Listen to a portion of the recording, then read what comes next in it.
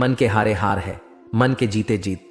कहावत तो आपने सुनी होगी, लेकिन कभी यह जानने की कोशिश की क्या कि मन कैसे हारता है।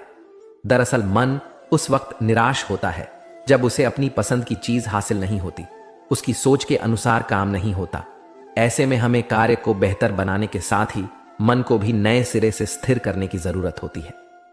मन हमारे दिमाग में विचारों की कड़ी है जो हमारे भीतर बिना रुके लगातार चलते ही रहते हैं। ये विचार इतने अधिक प्रभावी होते हैं कि हमारे हर अच्छे बुरे फैसले पर गहरा असर डालते हैं। ये विचार हमारे पूरे व्यक्तित्व पर अधिकार जमा लेते हैं। हम ये बात नहीं समझ पाते कि हमें अपने मन द्वारा नियंत्रित नहीं होना है, बल्कि हमें अपने मन पर नियंत्रण करना है। मन पर काबू करना कोई मुश्किल काम नहीं। मन पर काबू कर आप अपने आप पर नियंत्रण कर सकते हैं। हमारे मन और मस्तिष्क में हमेशा उथल पुथल चलती रहती है। मन चंचल होता है, कभी भूतकाल में तो कभी भविष्य काल में भ्रमण करता रहता है। आपने देखा होगा, एक बच्चा रोता है तो अगले ही पल में हंस देता है, सब कुछ भूल जाता है और अपने ही हाल में मस्त हो जाता है। ऐसा क्यों होता है? क्योंकि बच्चे दिल के सच्चे होते हैं, उन्हें आडंबर नहीं आता है। उनके साथ भूतकाल में क्या हुआ और भविष्य काल में क्या होने वाला है, इन बातों से वह चिंतित नहीं होते हैं। बच्चे केवल अपने वर्तमान में रहते हैं, उस क्षण को पूरे होश और हवास में जीते हैं। हम लोग छोटी से छोटी समस्या को बहुत बड़ा समझने लगते हैं। हकीकत में वह समस्या इतनी बड़ी नहीं होती है जितना हम उसे देखते हैं। सोते उठते, खाते पीते, हर समय हमारा ध्यान उस समस्या पर होता है, समाधान पर हमारा ध्यान नहीं होता। मन बेचैन रहता है, चिंता सताने लगती है और मन में नकारात्मक विचार आने लगते हैं, जिससे लोग अधिक परेशान होते हैं। बहुत पहले की बात है, एक गुरु का एक शिष्य बहुत ही गहन ध्यान कर रहा था, लेकिन उसका ध्यान नहीं लग रहा था। उसका मन हमेशा विचारों से भरा रहता। उसने अपने मन को खाली करने की बहुत कोशिश की, पर उसकी सारी कोशिश नाकाम रही। अंत में जब वह सारी कोशिश कर चुका, तब वह अपने गुरु के पास गया और उसने अपनी गुरु से कहा, गुरुदेव, मेरा मन हमेशा विचारों से भरा रहता है, मेरा ध्यान एक जगह पर नहीं लग पा रहा। मैं जब ध्यान करता हूं तो मेरा मन दूसरी चीज पर पहुंच जाता है, फिर तीसरी और चौथी। ऐसे करते करते मेरे मन में हजारों विचार चलते चले जाते हैं और यह कब होता है मुझे पता भी नहीं चलता। बहुत देर बाद मुझे एहसास होता है कि मैं क्या करने बैठा था और क्या सोच रहा हूं। हे गुरुदेव, मैं अपने मन को विचारों से खाली कर देना चाहता हूं। मैं चाहता हूं कि मेरे मन में एक भी विचार ना हो। जब मैं चाहूं तभी मेरे मन में विचार उत्पन्न हो। गुरु ने कहा, किसी भी समस्या का समाधान तब निकलता है जब हम समस्या की जड़ तक पहुंचते हैं, समस्या को ठीक से समझते हैं और उसको जानते हैं। जिस मन को तुम खाली करना चाहते हो, क्या तुमने उस मन को थोड़ा बहुत भी जाना है? शिष्य ने कहा, गुरुदेव, मन को जानने की बहुत कोशिश की मैंने, लेकिन मैं जितना इसके बारे में जानना चाहता हूं वह उतना ही रहस्यमय होता जाता है। गुरु ने कहा, जाओ और एक घड़े को छोटे छोटे पत्थरों से भरकर लेकर आओ। वो एक घड़े में छोटे छोटे पत्थर भरकर ले आया और गुरु के पास रख दिए।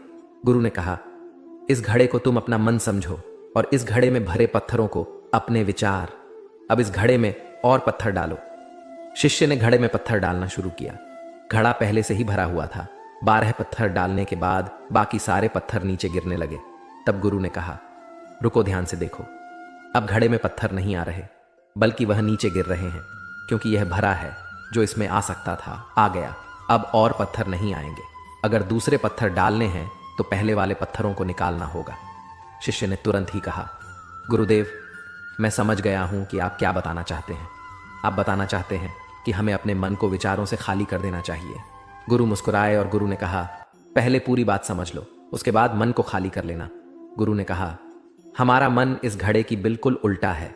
घड़े को तुम पत्थर से भर सकते हो, लेकिन मन को विचारों से नहीं भर पाओगे।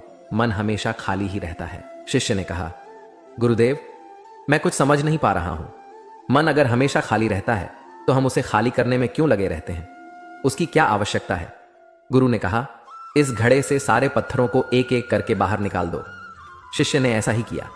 घड़े से एक एक पत्थर बाहर निकाल कर रखता रहा और अंत में वह घड़ा खाली हो गया। गुरु ने कहा, देखा, तुमने एक एक पत्थर को बाहर निकाला तो यह घड़ा खाली हो गया। अब तुम इस घड़े में कोई भी पत्थर डाल सकते हो, दूसरे पत्थर डाल सकते हो, या उन्हीं पत्थरों को दोबारा भी डाल सकते हो। आधा भर सकते हो या इसे फिर से पूरा भर सकते हो। शिष्य ने कहा, गुरुदेव, मैं भी तो यही कह रहा हूं कि मन को खाली करना है। यह पत्थर हैं, इन्हें आसानी से निकाला जा सकता है और घड़े को खाली किया जा सकता है, लेकिन मैं अपने मन को कैसे खाली करूं? गुरु ने कहा, इस खाली घड़े में एक पत्थर डालो और 2 पत्थर निकालो। शिष्य ने कहा, ऐसा कैसे हो सकता है? जब इस घड़े में एक पत्थर होगा तो एक ही पत्थर निकलेगा, 2 कैसे निकल सकते हैं? गुरु ने कहा, चलो तो ऐसा करो, इस घड़े में 2 पत्थर डालो और 4 पत्थर निकालो। शिष्य ने कहा, गुरुदेव, ऐसा कैसे हो सकता है? ये कोई चमत्कारी घड़ा तो है नहीं कि 1 डालो तो 2 निकालो, 2 डालो तो 4। गुरु ने कहा, यह घड़ा चमत्कारी नहीं है, लेकिन जो तुम्हारा घड़ा है, यानी जो तुम्हारा मन है, वह चमत्कारी है। उसमें सिर्फ तुम एक विचार निकाल लोगे तो उसके पीछे 2 विचार निकलते हैं।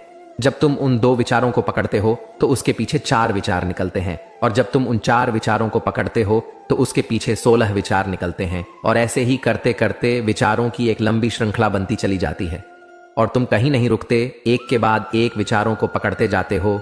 यह मिट्टी का घड़ा तो पत्थरों से भर ही जाएगा, लेकिन तुम्हारा मन कभी नहीं भरता, वह हमेशा खाली है और खाली नहीं रहता। यह मन की माया है कि सब कुछ है लेकिन कुछ भी नहीं। शिष्य ने कहा, गुरुदेव, मैं आपकी बात समझ रहा हूं, लेकिन क्या मैं हमेशा अपने विचारों की जाल में ही फंसा रहूंगा? क्या मन की माया से बाहर निकलने का कोई रास्ता नहीं है? गुरु ने कहा, इस मिट्टी के घड़े को आधा पत्थरों से भर दो। शिष्य ने ऐसा ही किया। फिर गुरु ने कहा, अब इन पत्थरों में से कोई एक पत्थर चुनो और उस पत्थर की एक छोटी सी मूर्ति बनाकर मुझे दो। मैं जानता हूं तुम अच्छे कलाकार हो। शिष्य ने एक पत्थर निकाला और उस पत्थर को तराशने लगा। फिर उसे लगा कि यह पत्थर अच्छा नहीं है, तो उसने दूसरा पत्थर घड़े से निकाला। उसे उस पत्थर में भी मजा नहीं आया। फिर उसने तीसरा पत्थर निकाला, उसका रंग उसे अच्छा नहीं लग रहा था। फिर उसने चौथा पत्थर निकाला, लेकिन इस पत्थर में भी से दोष नजर आया। इस तरह उसने लगभग सारे पत्थर बाहर निकाल दिए। उसे ऐसा करता देख गुरु ने कहा, जिस पत्थर को तुमने पहली बार निकाला था, उसी पत्थर को यह समझकर तराशो कि कोई और पत्थर तुम्हारे पास है ही नहीं। तब उस शिष्य ने उस पत्थर को ही तराशना शुरू किया, और उस पत्थर से उसने अपने गुरु की एक अति सुंदर मूर्ति बनाई और अपने गुरु को भेंट की और कहा, इस पत्थर से इतनी सुंदर मूर्ति बन सकती है, मैं यह सोच भी नहीं सकता था। गुरु ने कहा, जब हमारे पास विकल्प नहीं होता, तब हमारे पास जो भी होता है, हम उसी में अपनी संपूर्ण ऊर्जा लगाते हैं और उसी को सबसे बेहतर बनाते हैं। और जब विकल्प होता है, तब हम बस पत्थर ही चुनते रह जाते हैं, मूर्ति बनती ही नहीं है।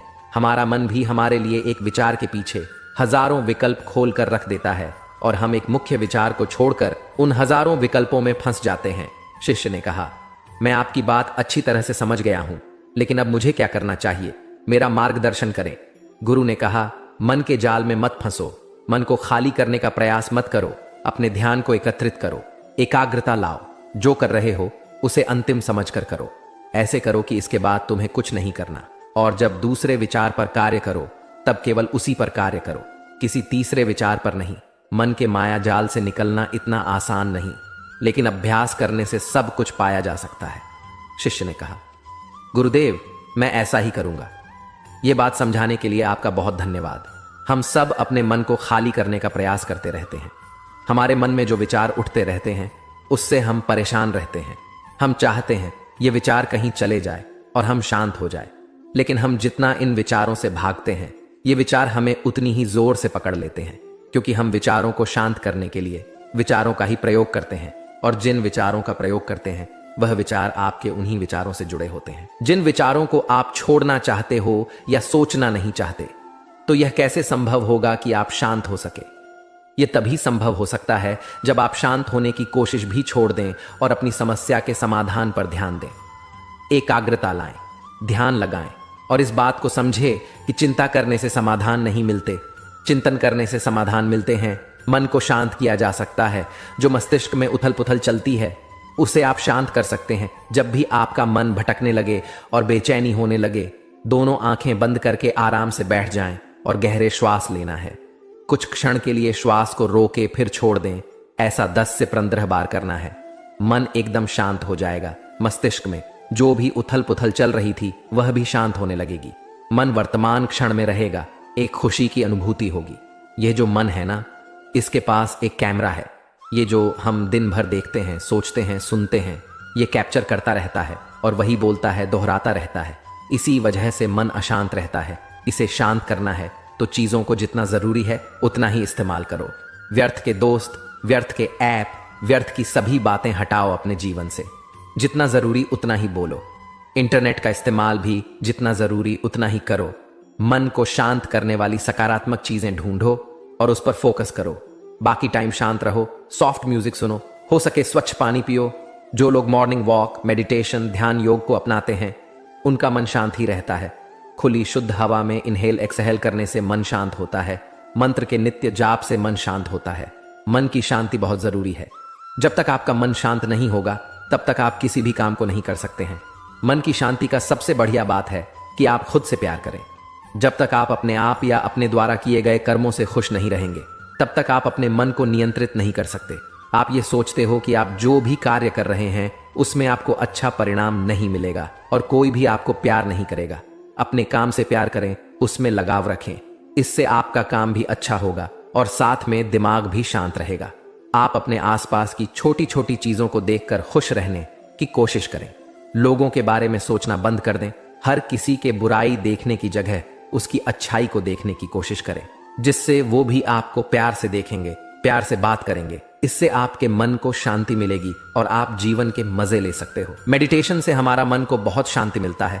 मेडिटेशन आप रोजाना सुबह शाम 20 से 30 मिनट तक ब्रेथ वेल योगासन कर सकते हैं। ब्रीदिंग एक्सरसाइज करने के लिए आप अपने दोनों आंखों को बंद कर गहरी सांस लें, अपने शरीर के अंदर साफ हवा लें और अपने अंदर की हवा को बाहर निकालें।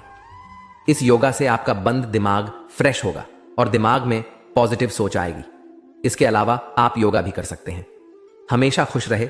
आप अपने दिमाग को रिलैक्स या कंट्रोल तभी सकते हैं जब आप अपने द्वारा किए गए कार्य से खुश रहेंगे।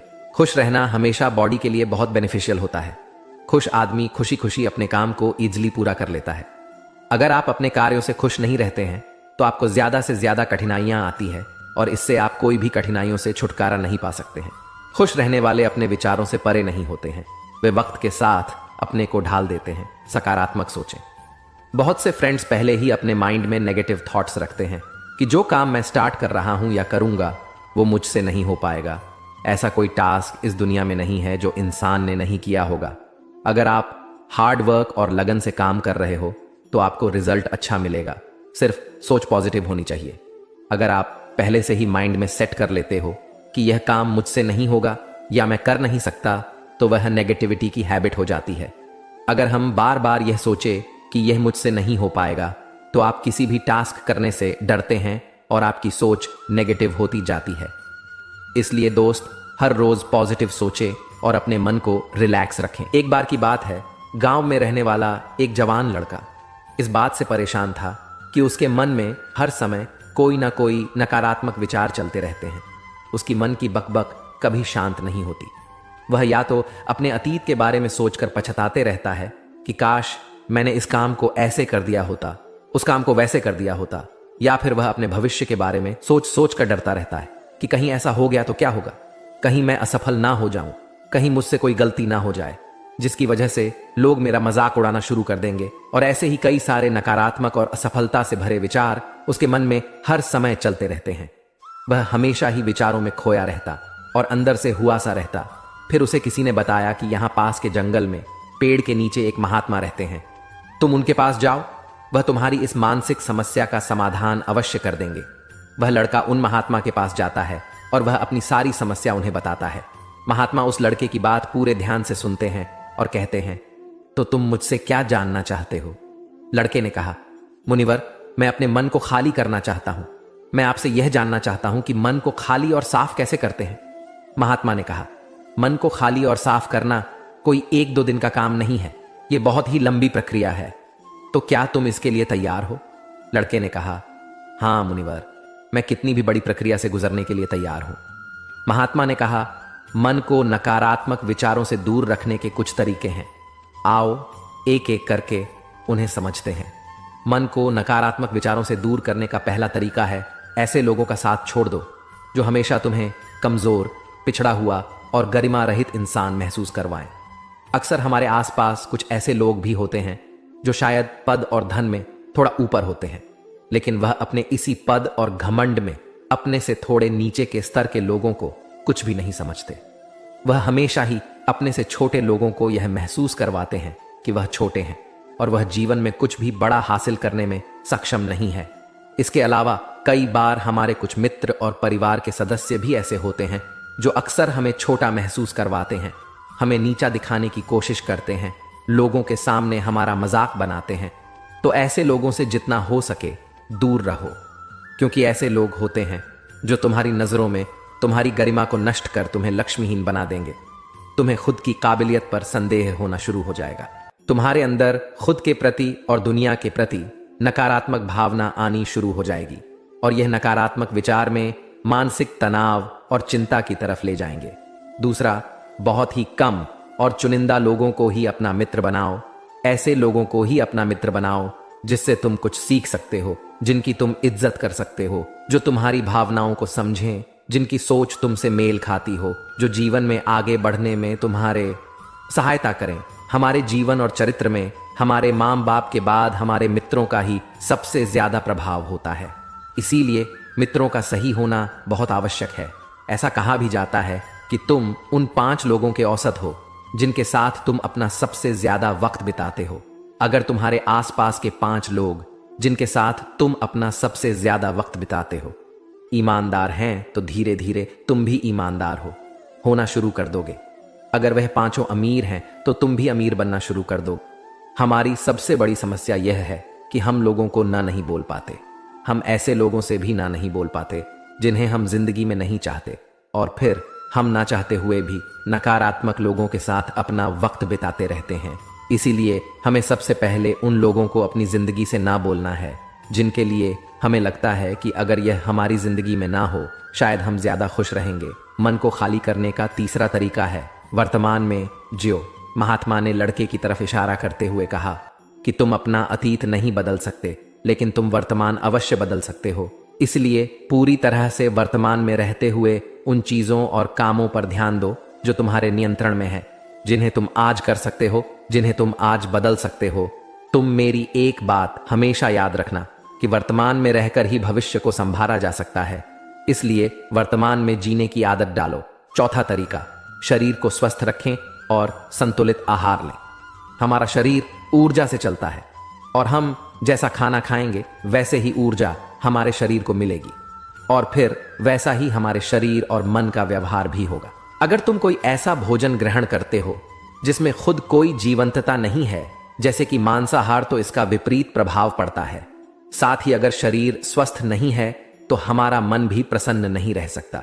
जब अस्वस्थ और कमजोर होता है तो मन में बहुत से नकारात्मक विचार आते हैं। कहा भी जाता है कि स्वस्थ शरीर में ही स्वस्थ मस्तिष्क का निवास होता है। इससे शरीर को स्वस्थ और मजबूत रखना हमारी जिम्मेदारी है। 5वां तरीका, अकेले में ध्यान करो। ध्यान किसी के साथ नहीं, हमेशा अकेले ही करो। ध्यान करने का सबसे उपयुक्त समय सुबह या फिर रात में सोने से पहले होता है, लेकिन अगर तुम्हें आसानी से ध्यान में गहरा जाना है तो रात का समय सबसे उपयुक्त होता है। रात में सोने से पहले ध्यान करने से नींद में भी सुधार होता है और गहरी नींद आती है। ध्यान करने के लिए तुम अपनी सांसों पर ध्यान केंद्रित कर सकते हो या फिर अपने मन में उठने वाले विचारों पर भी ध्यान दिया जा सकता है।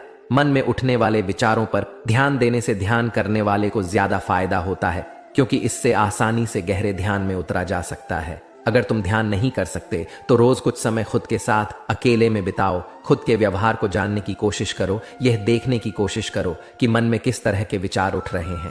जब तुम लंबे समय तक ध्यान करते हो, अपने साथ अकेले वक्त बिताते हो, तो तुम धीरे धीरे खुद को जानना शुरू कर देते हो। तुम्हारे अंदर एक ठहराव आ जाता है, तुम्हारा उतावलापन कम हो जाता है, तुम कम बोलते हो, जिससे आप ज्यादा शांत और स्थिर रहते हो, जिससे तुम्हारा आकर्षण बढ़ जाता है।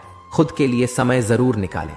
अधिकतर जब भी मन शांत होगा तो उसके तुम सैकड़ों की भीड़ में भी अलग दिखते हो। और सबसे बड़ी बात, ध्यान करने से तुम्हारे मन में विचारों की तीव्रता कम हो जाती है, जिससे तुम्हारे मन में नकारात्मक विचार कम आते हैं।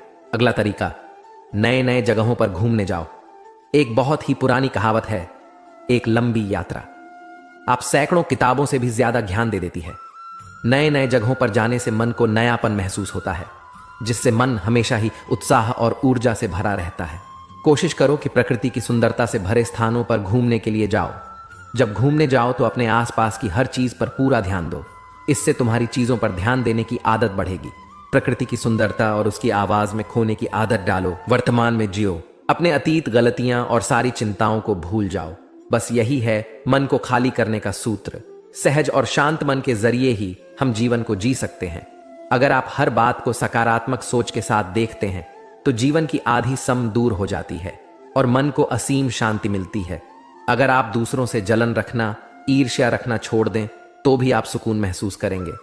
हमारी आदत है कि हम हमेशा अपने से संपन्न लोगों को देखकर दुखी होते हैं, लेकिन यदि हम अपने से नीचे लोगों को देखेंगे तो अच्छा महसूस करेंगे कि कम से कम हम तो उनसे अच्छी स्थिति में तो है। शांति के लिए जरूरी है इच्छाओं पर नियंत्रण करना सीखें। इसके साथ ही ईश्वर ने जो भी दिया है उसका धन्यवाद दें और उसमें संतुष्ट रहने का प्रयास करें।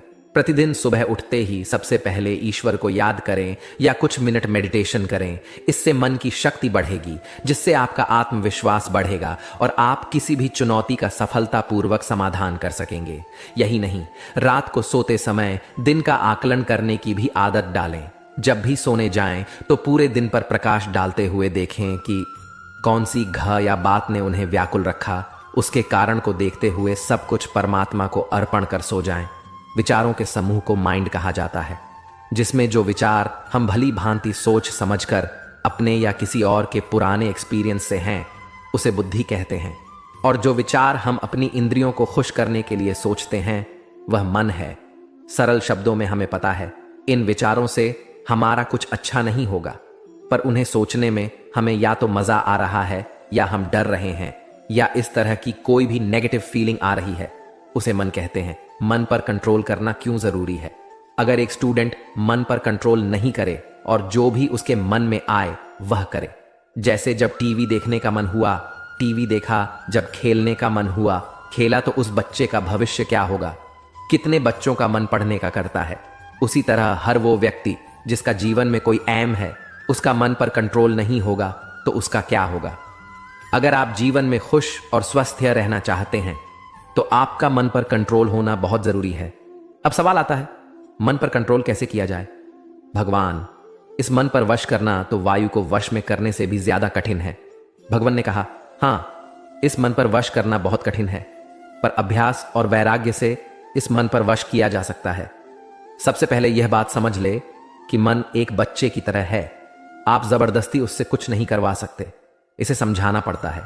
और एक बात, आप जितना मन के अनुसार करते जाएंगे उतना ही मन को समझाना मुश्किल होगा। अपने मन को यह कहानी समय समय पर याद दिलाते रहे। एक मोटा चूहा एक अलमारी में घुस गया। वहां खाने का बहुत सामान रखा था। उसने खूब जमकर खाया। कुछ ही दिन में वह खूब मोटा हो गया। अलमारी में अब चूहे को घर याद आया और उसने सोचा यहां से बाहर निकलना पड़ेगा।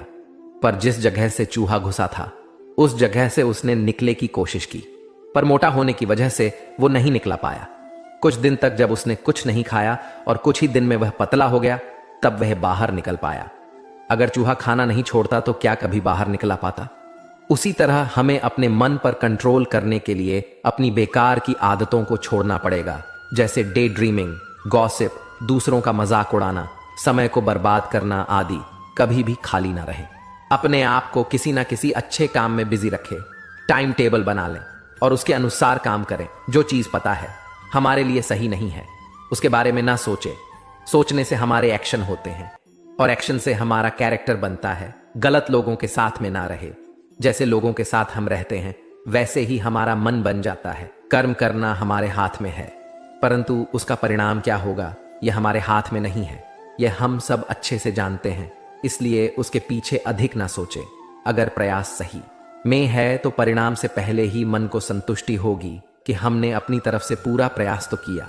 अगर उस परिस्थिति में हम कुछ नहीं कर सकते तो उसके पश्चात एक अच्छे दोस्त की तरह अपने आप को सलाह देनी चाहिए कि जब कुछ अपने हाथ में है ही नहीं तो ऐसे उदास होकर बैठे रहने से भी क्या फायदा। असल में हमारा मन एक अनजानी सी चाल हमसे ही चलता है।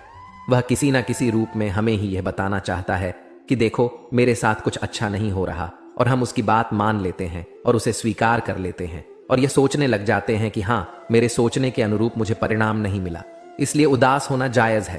परंतु ऐसी परिस्थितियां तो बार बार हमेशा आएंगी जब हम सोचते कुछ है और होता कुछ और है।